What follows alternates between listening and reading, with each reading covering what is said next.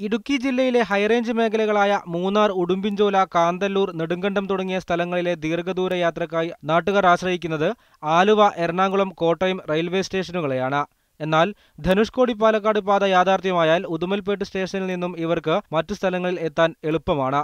പിന്നെ ഇച്ചിരി കൂടെ സ്പീഡ് ചെയ്താൽ കൊള്ളാം. നാട്ടുകാർക്ക് ഗുണം ചെയ്യുന്ന കേസ്. അവിടെ മറയൂർ, മൂന്നാർ ഭാഗത്ത് നിന്നവരെ അവിടെ നമുക്ക് മദ്രാസ്, നോർത്ത് ഇന്ത്യയിലേക്ക് പോകാൻ നല്ല സൗകര്യമുള്ള ഈ റെയിൽവേ ട്രാക്കാണത്. 225 കിലോമീറ്റർ ദൈർഘ്യമുള്ള പാതയുടെ പണി ആരംഭിച്ചത് 2009-ലാണ്. ആദ്യം 559 കോടി രൂപയായിരുന്നു അനുവദിച്ചിരുന്നത്. എന്നാൽ പണി ഇഴഞ്ഞു നീങ്ങിയതിനാൽ ചെലവ് പിന്നെയും വർദ്ധിച്ചു. തുടർന്ന് ഫണ്ട് 900 കോടിയായി ഉയർത്തുകയായിരുന്നു. ഇപ്പോൾ പാത 58 കിലോമീറ്റർ മാത്രമാണ് പണി പൂർത്തിയാക്കിയത്.